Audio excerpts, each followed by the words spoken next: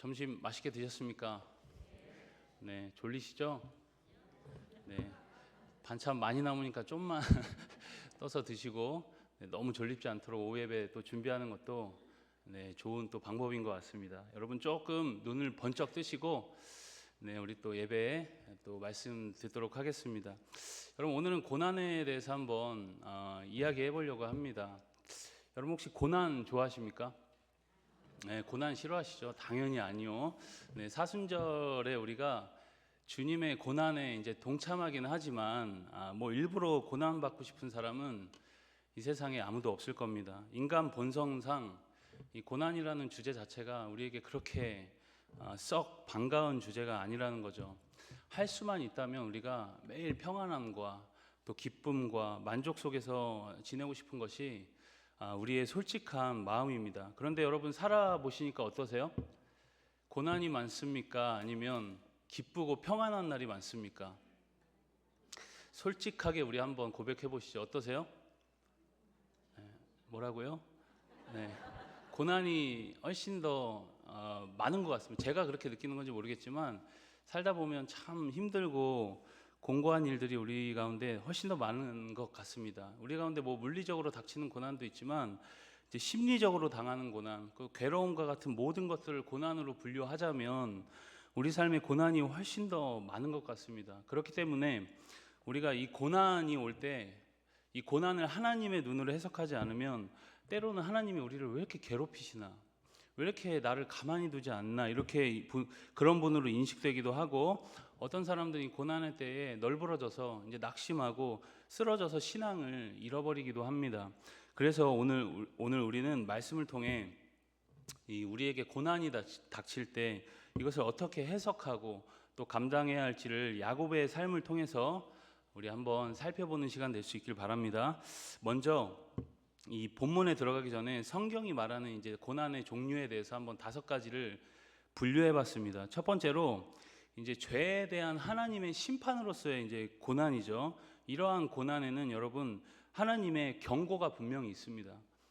하나님이 갑자기 고난을 주시는 것이 아니라 여러 번 경고하시죠. 너 그렇게 하면 안 된다. 그렇게 살면 안 된다. 경고하시다가 이제 결국에는 듣지 않으면 나중에는 하나님이 이제 고난의 어떤 시작을 하나님이 고난의 문을 열어버리시죠. 그러면 하나님의 때가 이 고난의 때가 끝날 때까지는 우리가 아무리 뭐 열심히 하고 잘하고 회개한다고 해서 갑자기 고난이 없어지지가 않습니다. 그러니까는 이 고난의 때가 시작되지 않도록 우리가 잘 하나님의 뜻을 듣는 것이 중요하겠죠.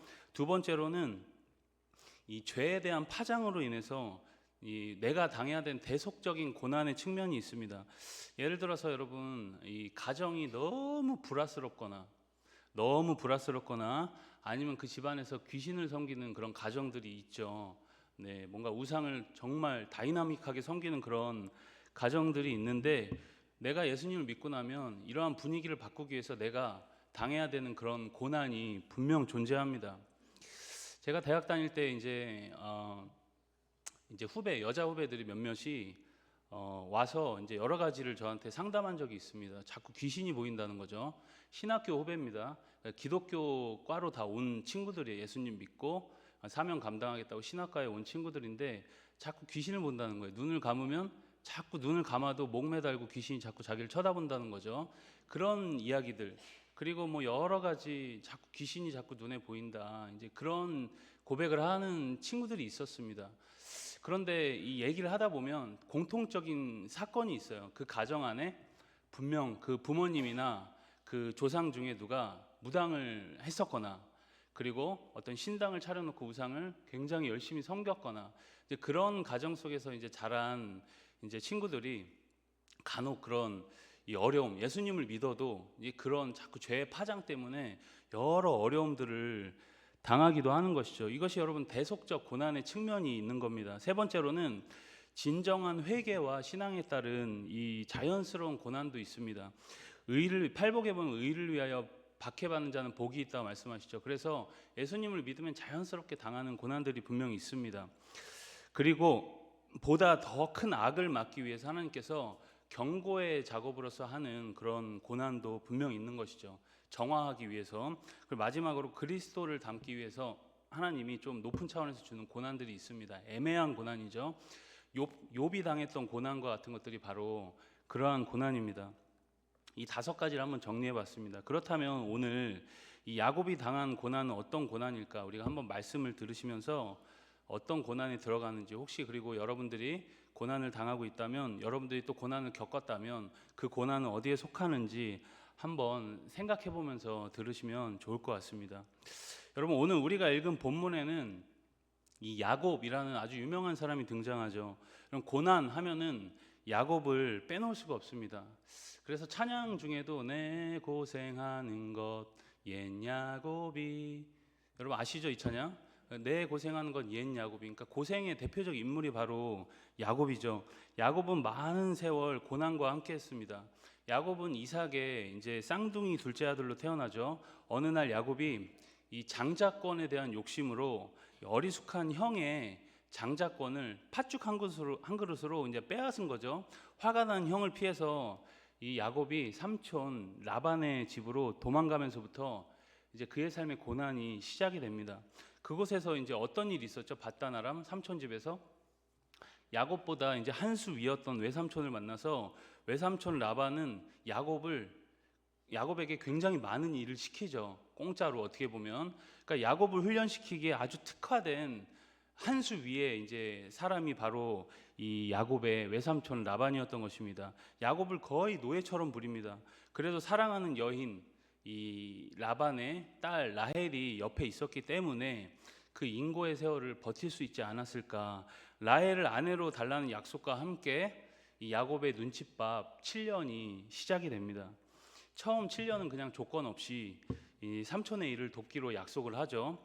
이렇게 야곱은 7년을 일하고 이제 라헬을 약속대로 아내로 맞이하게 됩니다.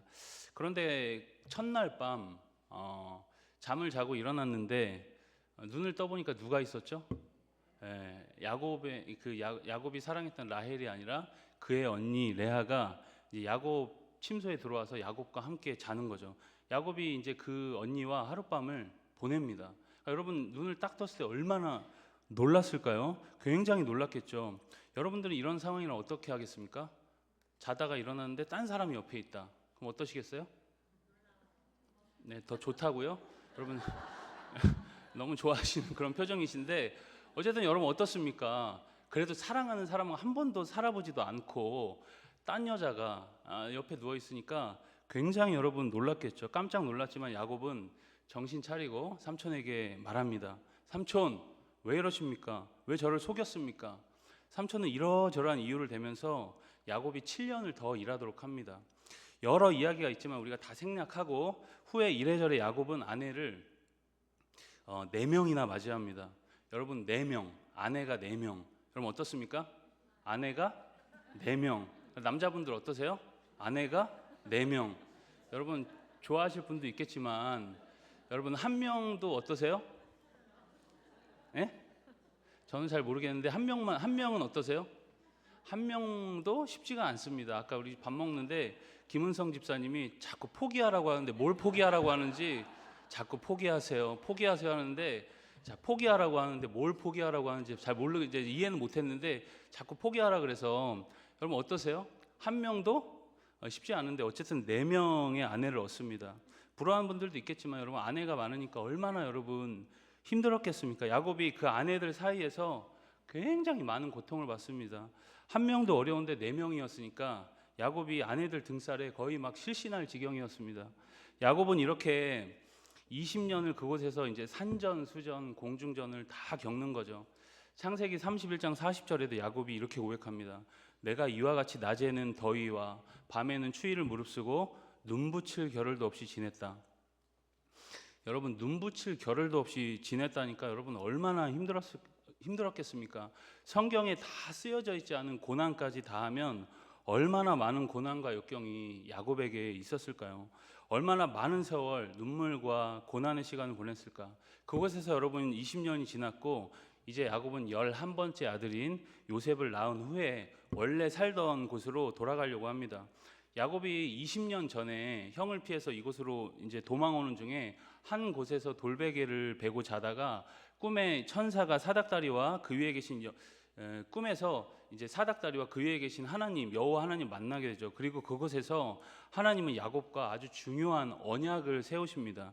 야곱은 꿈에서 깨어났고 베고 있던 돌베개를 기둥 삼아서 그것에다가 기름을 붓습니다. 야곱이 그곳에서 처음으로 하나님을 예배한 거죠. 그곳이 바로 여러분 루스 땅 베델이라는 곳이었습니다.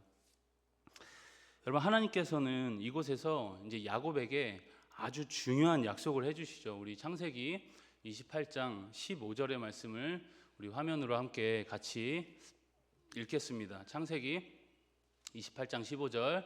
내가 너와 함께 있어 내가 어디로 가든지 너를 지키며 너를 이끌어 이 땅으로 돌아오게 할지라. 내가 내게 허락한 것을 다 이루기까지 너를 떠나지 아니하리라 하신지라. 뭐라고 하시죠?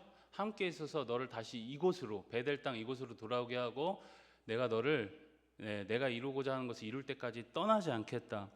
여러분, 이 약속대로 이제 야곱은 이제 삼촌의 집에서 다시 고향으로 돌아오려고 하는데 창세기 31장 13절에 보면 하나님께서 또다시 비슷한 말씀을 해주십니다. 우리 함께 읽겠습니다. 나는 베델의 하나님이라 내가 거기서 기둥에 기름을 붓고 거기서 내게 서원하였으니 지금 일어나 이곳을 떠나서 내 출생지로 돌아가라 하셨느니라. 어디로 돌아가라고 하시죠? 출생지로 돌아가라 이렇게 말씀합니다. 약속의 땅인 베델로 돌아가라는 거죠. 야곱이 이제 갈 곳은 베델입니다. 분명하죠. 그런데 야곱은 곧장 베델로 가지 않습니다. 가는 도중에 이제 숫곳 그리고 세겜이라는 곳에 머물게 되죠. 그런데 여러분, 이 세겜이라는 곳에서 야곱의 딸이었던 디나가 이제 그곳 사람들에게 강간당하는 사건이 벌어지게 됩니다. 가정사에 있어서 굉장히 큰 상처를 이제 야곱의 가정에서 당하게 된 거죠. 그리고 그 과정에서 이 야곱의 아들들이 이 동생, 딸 디나 동생을 이제 복수한답시고 가서 이제 그곳 세겜성 사람들을 이제 살육을 하는 일이 벌어지죠. 그러니까 지금 이 가정에 지금 어마어마한 비극과 참사가 벌어지게 된 것입니다. 큰 고난이 지금 다시 한번 고난의 남자, 위기의 남자 야곱에게 다시 한번 찾아오게 된 거죠. 야곱은 이미 많은 세월 고난과 함께 보냈습니다. 환도뼈가 부러지면서까지 다리를 저는 사람이 되었던 것이죠. 여러분, 이 정도의 고난을 당하면 야곱이라면 여러분 얼마나 많이 배웠겠습니까? 하나님에 대해서. 하나님이 어떠신 분이고 내가 뭘 할 때 하나님이 싫어하시고. 이제는 좀 달라졌을 것 같은데 그렇지 않은 거죠. 여전히 자신의 뜻대로 살아가는 야곱의 모습을 볼 수가 있습니다. 여러분, 이제 하나님의 마음을 좀 알 때가 되지 않았겠습니까? 그리고 하나님도 야곱을 이제 그만하면 이제 어느 정도 고생도 시켰고 좀 사람도 만들었으니까 그냥 두고 좀 이렇게 살게 하시면 얼마나 좋을까. 그런데 야곱을 만들어 가신 하나님은 야곱을 이만하면 됐다 하고선 그냥 두지 않고 야곱을 더 온전한 지경에 이를 때까지 계속 다루어 가십니다. 여러분, 우리 삶에도 이와 같은 일들이 참 많죠. 이만하면 우리의 가정 또 그리고 내 신앙 어느 정도 된 것 같은데 그렇지가 않다는 겁니다. 하나님은 끝끝내 우리 안에 있는 숨겨진 불순종, 교만 그리고 여러 상처와 쓴뿌리들을 거두어내십니다. 절대 포기가 없으시죠. 여러분, 이것이 우리를 힘들게 합니다. 고난을 통해서 그 일을 하시니까. 힘들다고 우리가 또 그 상황을 벗어날 수도 없습니다. 그 힘듦은 하나님께서 나를 통해서 이루고자 하시는 일이 맞춰질 때까지는 끝나지가 않습니다. 나는 너무 연약한데 하나님이 너무 완전하시니까 우리가 힘든 거죠. 내가 거룩하니 너도 거룩하라. 여러분, 그리고 그 수준으로 하나님께서 실제로 우리를 이끌어 가십니다. 그래서 우리가 빠르게 순종하는 게 참 좋은데 그게 잘 안 돼서 우리가 많이 돌아가고 넘어지고 고난 가운데 거하게 되는 거죠. 여러분, 하나님께서 고난을 괜히 주시는 것이 아닙니다. 여러분, 그래서 우리는 이러한 고난의 때에 하나님의 음성을 더 주의 깊게 들어야 합니다. 고난은 하나님이 우리에게 말씀하시는 가장 큰 음성이라는 거죠. 우리 귀에다 대고선 마이크를 들고 좀 들어라 하시는 그런 것과 같은 것이 바로 고난이라는 겁니다. 여러분, 우리가 이러한 고난에 대한 이해를 가지고 오늘 읽은 본문으로 잠시 다시 한번 돌아가게 되면 야곱은 지금 세겜에서 큰 일을 당한 후에 1절에 보면은 하나님께서 다시 한번 야곱에게 말씀합니다. 우리 1절 말씀을 같이 한번 읽겠습니다. 하나님이 야곱에게 이르시되 일어나 베델로 올라가서 거기 거주하며 내가 내 형 에서의 낯을 피하여 도망하던 때에 내게 나타났던 하나님께 거기서 제단을 쌓으라 하신지라. 하나님께서는 이런 고난을 통해서 야곱에게 다시 세워주고 싶은 어떤 가치가 있었던 겁니다. 그냥 하나님이 골탕 먹이려고 야곱을 그렇게 하시는 것이 아니라 뭔가 뜻이 있는 거죠.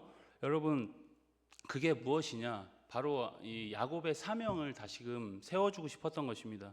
야곱이 여러분 숫곳과 세겜에서 살던 때가 야곱 인생에 있어서 어찌 보면 가장 편안한 시기가 됩니다. 여러분, 세겜 땅은 목축하기에 가장 좋은 땅이고 좋은 곳에서 여러분 편안하게 지내는 것이 나쁜 것은 아니지만 그곳은 야곱이 있어야 할 자리가 아니었습니다. 있어야 할 자리에 있지 않는 것은 여러분 사명을 저버리는 것이죠. 그럼 부모가 부모 자리에 있지 않고 자녀가 또 자녀 자리에 있지 않는 것, 분명히 여러분 내가 있어야 할 자리가 있는데 또 내가 있지 않는 그 자리, 있지 않고 딴 곳에 있을 때 여러분 우리는 사명을 저버리고 있는 겁니다. 우리는 그곳을 여러분 내가 있어야 할 자리를 사명의 자리다 그렇게 이야기를 하죠. 여러분, 사명의 자리를 떠나면 우리가 잠깐은 편합니다. 그런데 사명을 떠나 살면 편안하고 걱정 없고 부담 없으면 현실에 만족을 하게 되죠. 여러분, 현실에 만족하는 것 자체가 나쁜 건 아니지만 이것이 잘못하면 나태함으로 이어지고 심하면 이제 타락까지 나아가게 합니다.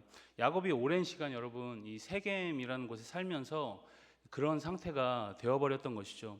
하나님이 여러분 사명을 주실 때는 남을 이롭게 하려는 것도 있지만 이 사명을 통해서 하나님의 뜻을 이루려는 것도 있지만 사명을 통해서 나를 좀 사람 되게 하려고 하나님이 그 사명을 주시는 것입니다. 그런데 자꾸 감당하지 않고 그 자리를 떠나는 거죠. 여러분, 결국 하나님은 이 자리를 떠난 야곱의 자녀를 야곱을 건드리시면 좋은데 야곱의 자녀, 가장 소중한 자녀를 건드리십니다. 딸 디나가 강간을 당하고 아들들은 세겜 사람들을 살육합니다. 이제 그 일로 인해서 이제 세겜성 사람들의 보복이 두려운 상황이 되었습니다. 야곱은 이러한 상황이 되고 나서야 이제 그때서야 막혀있던 귀가 이제 열리게 되는 거죠. 그리고는 하나님의 음성이 들리게 되었습니다. 뭐라고 하죠? 베델로 올라가라. 그리고 거기서 제단을 쌓으라는 겁니다. 그곳이 사명지라는 거죠. 하나님이 아마도 그전에도 많이 말씀하셨을 겁니다. 많이 말씀하셨겠죠. 그런데 그전에는 무시했습니다. 그런데 이제는 너무 명확하게 들려서 무시할 수 없는 상황이 되어버렸던 것이죠. 야곱은 베델로 가려고 했을 때 속으로 가라고 하나님이 말씀하실 때 속으로 이렇게 생각했을지도 모르겠습니다. 이만큼 고생했으면 됐지. 내가 얼마나 주님 참고 인내하고 고생했습니까? 이것이 얼마나 좋습니까? 베델까지 가서 내가 얼마나 더 고생을 해야 합니까? 이렇게 생각했을지도 모릅니다. 그런데 이런 작은 불순종으로부터 이제 야곱의 삶에 그리고 야곱의 가정에 타락이 시작됩니다. 여러분, 대단한 사건이 우리를 망치는 것이 아닙니다. 때로는 죄가 우리 가운데 가만히 들어옵니다. 하나님은 우리가 어떻게 살아야 가장 행복하고 가장 가치 있게 살 수 있는지를 가장 잘 아시는 분입니다. 우리가 어떻게 살아야 그나마 좀 인간답게 살 수 있는지 아시는 분이라는 거죠. 하나님께서는 우리를 특별한 백성으로 부르셨습니다. 하나님 지금 야곱을 골탕 먹이려고 고난 주시는 것이 아니라 오히려 그에게 특별한 임무를 맡겼고 앞으로 더 귀한 임무들을 사명들을 맡기려고 지금 그에게 고난을 주는 겁니다. 하나님은 그러한 일들을 사명을 통해 이루어 가시는데 사명을 저버린 거죠.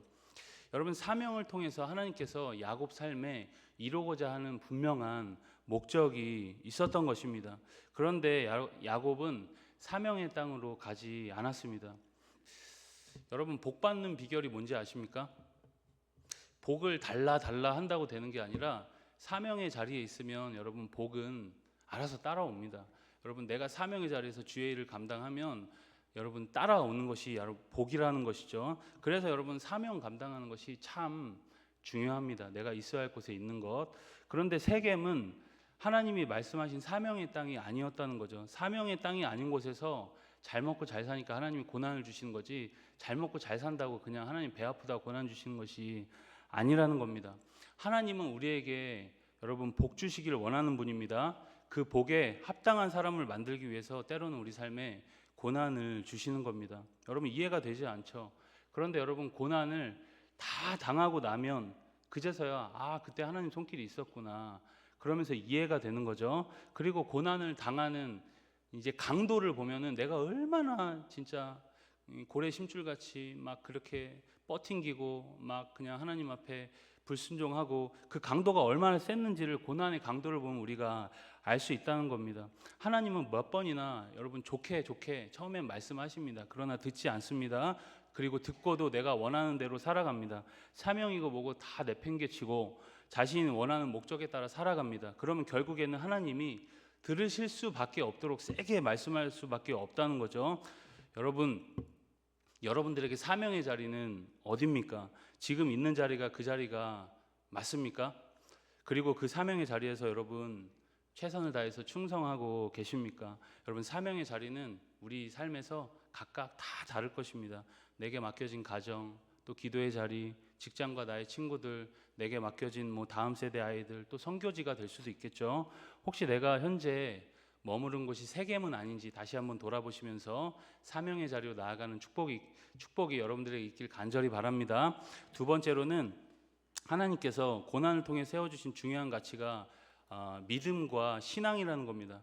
야곱이 여러분 세겜에 머무른 시간이 적지 않았을 겁니다. 그 시간 동안 야곱은 사명만 놓친 것이 아니라 사명을 놓친 자리에 세상적인 것들이 차곡차곡 들어왔습니다.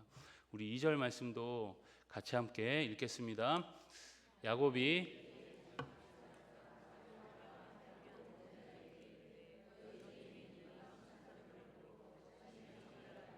너희들의 의복을 바꾸어 입으라. 지금 집안을 장식하면서 온갖 이방 우상들을 집에 둡니다. 의복이 세속적으로 바뀝니다. 디나가 여러분 우연히 사고를 당한 것이 아닙니다. 그곳에 살면서 그들은 자연히 이 세상 문화와 친숙해졌을 것이고 음란한 세계 문화들을 흡수했을 것이고 그들과 교제하면서 그런 어떤 분위기 속에서 딸 디나가 강간당한 것이라는 겁니다. 그런 여러 분위기 속에서 예측 가능한 사고가 난 것이라는 거죠.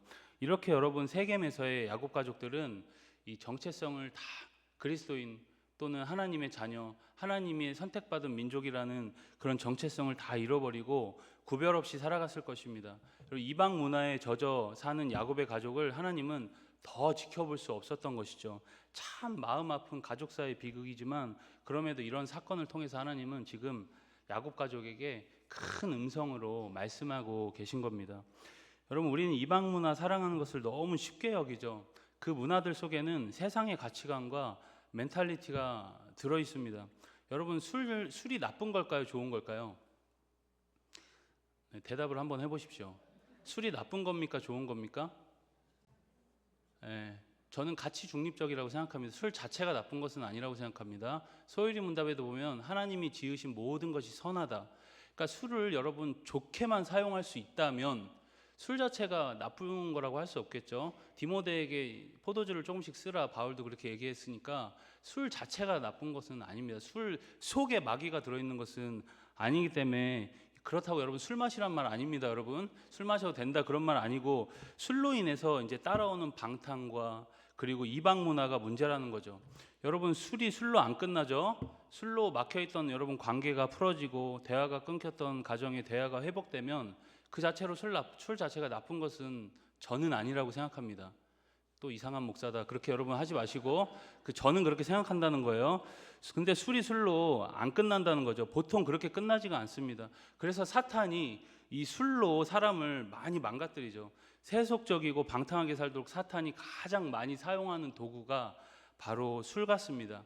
술에 대한 여러분 고민이 조금 우리 가운데 필요하겠죠. 여러분 우리가 아무렇지도 않게 생각하는 여러 세상 문화들 속에 사탄이 추구하는 가치가 들어있다는 겁니다.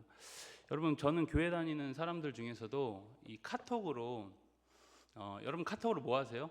이제 이야기도 하고 교제도 나누고 하는데 이제 교회 다니는 사람들 중에서 카톡으로 음란한 것들을 막 실어 나르는 것들을 제가 목격을 했습니다. 어느 순간에 음란한 것들을 막 실어 나르고 좋아하면서 서로 막 낄낄대고 막 좋아하는 거예요. 그럼 믿지 않는 사람들이라면 뭐 그나마 이해가 됩니다만 그러한 것들을 우리가 또 우연히 볼 수도 있고 때로는 연약해서 실수할 수도 있습니다. 그런데 제가 말하는 그런 것이 아닙니다. 여러분 우리가 죄라는 것은 항상 인식을 하고 우리가 회개할 자리는 항상 마련해 두고 죄를 지어도 지어야겠죠. 그런데 제가 아는 한 분이 이제 교회 성가대 대장으로 섬기시고 또 중직자로 교회 안에서 섬기시는데 이제 카톡으로 막 그냥 이 여러 가지 음란한 것들을 막 공유하면서 막 낄낄낄 대면서 막 이거 재밌다 막 이러면서 막 하는데 제가 그런 장면을 우연히 보게 됐습니다. 물론 우리 교회 성가대 대장님 아닙니다, 여러분. 우리 교회는 아닙니다. 그 전에 제가 오래 전에 이제 본 일인데 여러분 보려면 어떻게 해야 될까요? 보려면 이제 혼자 봐야겠죠, 혼자. 그렇죠? 보지 마십시오. 보려면 혹시 너무 보고 싶어서 보려면 혼자 보십시오, 혼자. 남에게까지 뭐 그런 걸 여러분 막 보여주면서 그런 자리를 끌어들일 필요는 없겠죠. 여러분 하나님은 이런 세상 문화에 젖어 살면서 믿음과 신앙을 저버린 사람들에게 크고 작은 고난들을 주십니다. 그럼 어떤 분들은 저한테 이제 속으로 묻고 싶겠죠. 저는 고난이 없던데요. 막 살아도 괜찮던데요. 여러분 조금만 기다리시면 곧 이제 고난이라는 사람이 찾아옵니다. 그래서 여러분들 조금만 기다리시고 혹시 고난이 없다 그럼 이제 더 큰일 난 거죠. 그렇죠? 더 큰일 난 겁니다. 하나님이 지금 손 놓은 겁니다. 그 사람은. 그러니까 여러분 더 큰일 난 겁니다. 그래서 여러분 죄 가운데 거하면 절대 마음에 평안함이 없습니다. 마음이 불안하고 두렵고 평안이 없는 것도 우리 가운데 고난이겠죠. 하나님은 이런 고난을 통해서 우리에게 계속 말씀하시는 겁니다. 그리고 이 고난을 통해 우리의 믿음과 신앙을 다시 세우기를 원하시는 것이죠. 여러분 야곱이 세겜을 떠나겠다고 결심한 이후에는 가족들에게 뭐라고 합니까? 우상을 다 버리고 옷도 갈아입으라 그렇게 이야기합니다. 세상 문화를 버리라는 거죠. 드디어 야곱이 돌이킵니다. 여러분 야곱 하나님보다 세상 것에 더 관심을 두게 되면 사명과 함께 우리의 믿음도 잃게 됩니다. 믿음을 잃어버린 자리에는 온갖 더러운 것들이 다 들어옵니다. 그리고 하나님께 드릴 시간과 에너지가 남지 않게 되는 것이죠. 여러분 고난을 통해 여러분 믿음과 신앙이 다시 세워지는 은혜가 있길 축복합니다.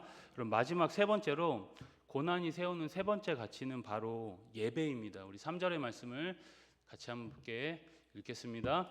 우리가 일어나 베델로 올라가자 내 환난 날에 내게 응답하시며 내가 가는 길에서 나와 함께 하신 하나님께 내가 거기서 제단을 쌓으려 하노라. 아멘. 하나님께 내가 거기서 제단을 쌓으려 한다. 그렇게 이제 고백을 하고 있는 거죠. 이제 야곱이 바로 목적을 찾습니다. 베델에서 제단을 쌓겠다는 거죠. 그곳에서 예배를 드리겠다는 겁니다. 사실 여러분 이 세겜에서도 이 야곱이 제단을 쌓았을 겁니다. 그런데 세겜의 제단, 세겜의 예배는 자신의 정욕을 따라 드리는 예배였다는 겁니다. 척하는 예배였다는 거죠. 여러분 예배라는 것은 자신을 산제사로 드리는 몸과 마음의 헌신이라는 겁니다. 하나님의 뜻에 자신을 맞추는 신앙 행위의 가장 중요한 정수가 바로 예배 시간이라는 거죠. 그러니까 예배를 통해서 내가 변화되는 시간입니다. 내 하나님을 나에게 맞추는 것이 아니라 내가 하나님 앞에 엎드려서 하나님의 뜻을 듣는 시간이 바로 예배라는 거죠. 그러니까 우리의 마음을 다 내려놓고 하나님께 집중해야지 예배가 드려집니다.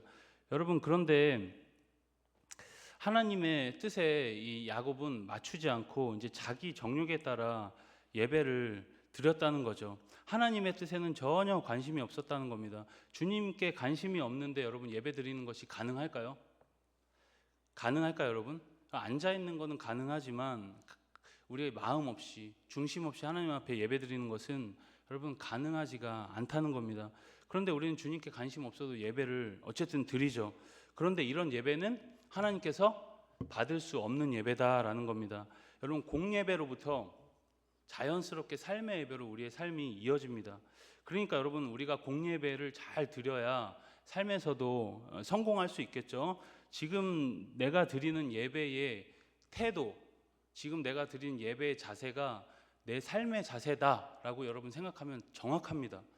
내가 드린 현재 나의 예배의 자세가 내 마음과 몸과 여러 자세가 삶의 모습이다라고 하면은 우리가 굉장히 정확하다고 할 수 있겠죠. 그래서 예배에 실패하면 삶의 자리에서도 반드시 실패하게 됩니다. 반대로 예배에 성공하면 삶의 자리에 나아가서도 성공적으로 살아내게 되겠죠. 여러분 경험 다 있으시죠?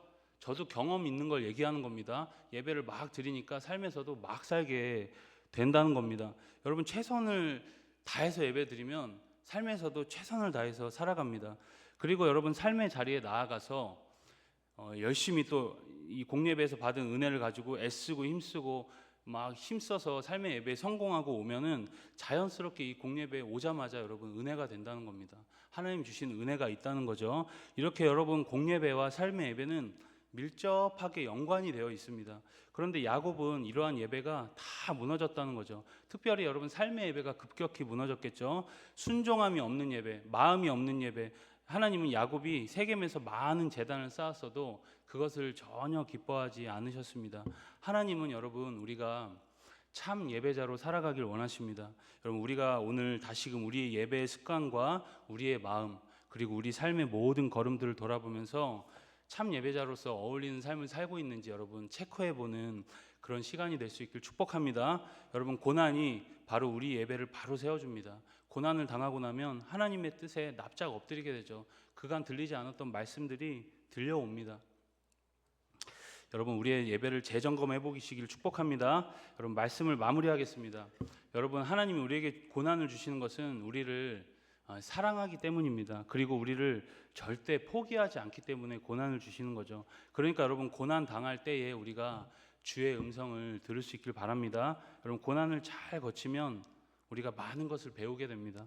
시편 기자의 고백처럼 고난 당하기 전에는 내가 그릇 행하였더니 이제 주의 말씀을 지키나이다. 주님께서는 여러분 고난을 통해 하나님 앞에 나오시길 원합니다. 그리고 회개하며 부르짖을 때 주님께서는 우리의 죄악과 연약함을 다 용서해 주십니다. 여러분 혹시 여러 불순종과 죄악으로 고난 중에 있다면 주님 앞에 여러분 신속히 돌아올 수 있길 축복합니다. 그리고 두 손 들고 여러분 빨리 항복하시길 바랍니다. 주님은 우리를 아무 일 없다는 듯이 더 다시 용서하시고 더 좋은 것으로 주실 것입니다. 여러분 용서가 영어로 뭔지 아세요? forgive죠. 주는 것입니다. 단순히 용서만 하는 것이 아니라 다시 세워주십니다. 하나님은 다시 세워주는 거죠. 우리의 사명과 우리의 믿음과 신앙 그리고 예배를 이 고난을 통해서 다시 굳건하게 세워주실 것입니다. 그것을 믿고 여러분 한 주간도 삶의 자리에서 다 승리할 수 있길 주님의 이름으로 축원드립니다. 우리 이 시간 말씀을 기억하시면서 하나님 우리 고난 중에 있습니다.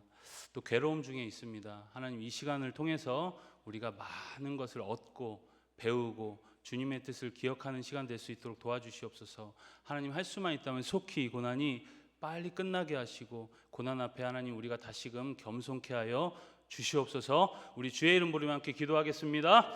주여 하나님 아버지